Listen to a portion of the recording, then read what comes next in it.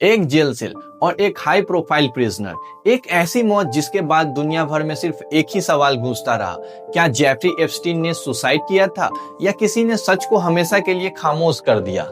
लेकिन कहानी सिर्फ उसकी मौत की नहीं है, कहानी है पावर, प्रिविलेज और सिस्टम की। Defender Jeffrey Epstein fought 1953 Brooklyn, New York. Jeffrey Epstein का जन्म एक सिंपल मिडिल क्लास परिवार में हुआ। ना कोई पॉलिटिकल बैकग्राउंड, ना कोई रॉयल कनेक्शन, एक बिल्कुल आम शुरुआत। उसने कॉलेज ज्वाइन किया लेकिन डिग्री कंप्लीट नहीं की। यहाँ तक कहानी एक एवरेज इंसान जैसी लगती है, लेकिन फिर एक सरप्राइजिंग ट्विस्ट आता है। बिना कॉलेज डिग्री के उसे मैनहट्टन के डाल्टन स्कूल में टीचिंग की जॉब मिल जाती है।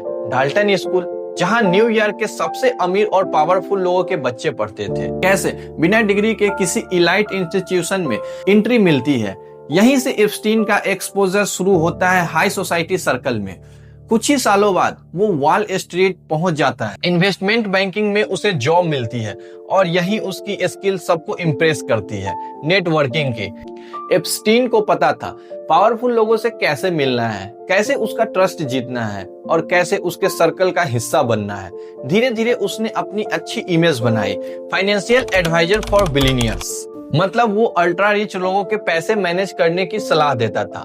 लेकिन यहाँ एक मिस्ट्री शुरू होती है। पब्लिकली अवेलेबल रिकॉर्ड में उसका investment form, detail portfolio clear नहीं मिलता है। उसने एग्जैक्टली पैसे कैसे कमाए, कौन से डील्स किए, कौन से एसेट मैनेज किए, इस बारे में ट्रांसपेरेंसी बहुत कम थी। और यही चीज बाद में जर्नलिस्ट के लिए एक बड़ा सवाल बन गई। 2005 में फ्लोरिडा पुलिस को कंप्लेन मिलनी शुरू हुई।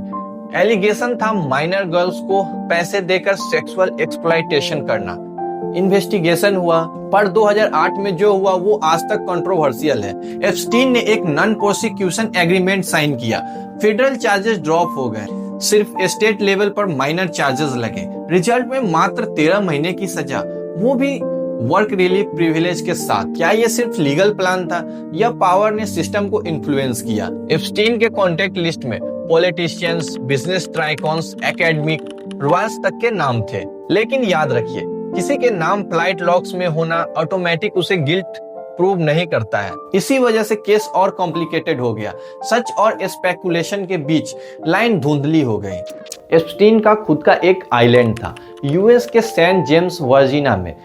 मीडिया ने इस आइलैंड को आइलैंड ऑफ सीक्रेट कहा। विक्टिम के स्टेटमेंट में एलिगेशंस आए कि वहां इलीगल एक्टिविटीज होती है। लेकिन आइलैंड पर एक्चुअल में क्या हुआ, कितने डॉक्यूमेंटेड है और कितने सिर्फ एलिगेशंस। 2019 कई सालों तक शांत रहने के बाद जेफरी एप्स्टीन को न्यूयॉर्क में एफबीआई ने दोबारा अरेस्ट किया। इस बार केस फ्लोरिडा जैसा नहीं था। चार्जेस थे सेक्सुअल ट्रैफिकिंग ऑफ माइनर्स।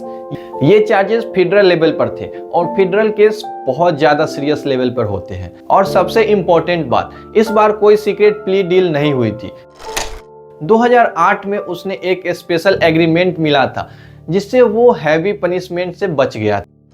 10 अगस्त 2019 सुबह का वक्त था। एक ब्रेकिंग न्यूज पूरी दुनिया में आग की तरह फैल गई। Jeffrey Epstein is dead. Officially statement के मुताबिक उसने न्यूयॉर्क के मेट्रोपॉलिटन करेक्शनल सेंट्रल में फांसी लगाकर आत्महत्या कर लिया। ये कहानी यहीं से शुरू होती है, क्योंकि मौत के साथ ही शुरू होती है सबसे बड़ी कंट्रोवर्सी। रिपोर्ट के मुताबिक जेल के दोनों गार्ड सो गए थे। सिक्योरिटी कैमरा उस वक्त प्रॉपर्ली रिकॉर्ड नहीं कर पा रहे थे। और सबसे शॉकिंग बात, एप्स्टीन को कुछ हफ्तों पहले सुसाइड वॉच पे रखा गया था। फिर उसे सुसाइड वॉच से क्यों हटा दिया गया? ऐसे इतनी सिक्योरिटी फेल्योर एक ही रात में हो गई। 30 जनवरी 2026 कई सालों के लीगल प्रेशर, पब्लिक डिमांड और स्पेकुलेशन के बाद यूएस जस्टिस डिपार्टमेंट ने एक स्टेप लिया जिसका इंतजार दुनिया कर रही थी। जेफरी एप्स्टीन के केस सबसे बड़ी फाइल रिलीज की गई। ये कोई छोटा अपडेट नहीं था। लगभग 3 मिलियन पेज के डॉक्यूमेंट, 1,80,000 इमेजेस, ये सारा डाटा एफबीआई के सेंटिनल सिस्टम से निकाला गया। एक डिजिटल अचीवमेंट जिसमें तकरीबन 300 गीगाबाइट इंफॉर्मेशन स्टोर थी। आप सोच भी नहीं सकते, एक ऐसी सीक्रेट जिसमें दुनिया के सबसे पावरफुल लोगों के नाम छिपे थे, पॉलिटिशियन, सेलिब्रिटीज, बिजनेसमैन। और ये फाइल खुली तो सामने आया flight logs, code deposition, surveillance record और कॉन्टैक्ट डिटेल्स। एप्स्टीन अब मर चुका है। केस का मेन डिफेंडर अब जिंदा नहीं, पर विक्टिम्स के सवाल जिंदा हैं। जस्टिस सिस्टम के ऊपर ट्रस्ट का सवाल जिंदा है। और सबसे बड़ा सवाल, जब पावर और इन्फ्लुएंस एक्सट्रीम लेवल पर हो, क्या सच वैसे ही सामने आता है जैसे आम लोगों के केस में आता है? ये कहानी सिर्फ एक इंसान की नहीं है, ये कहानी है सिस्टम की।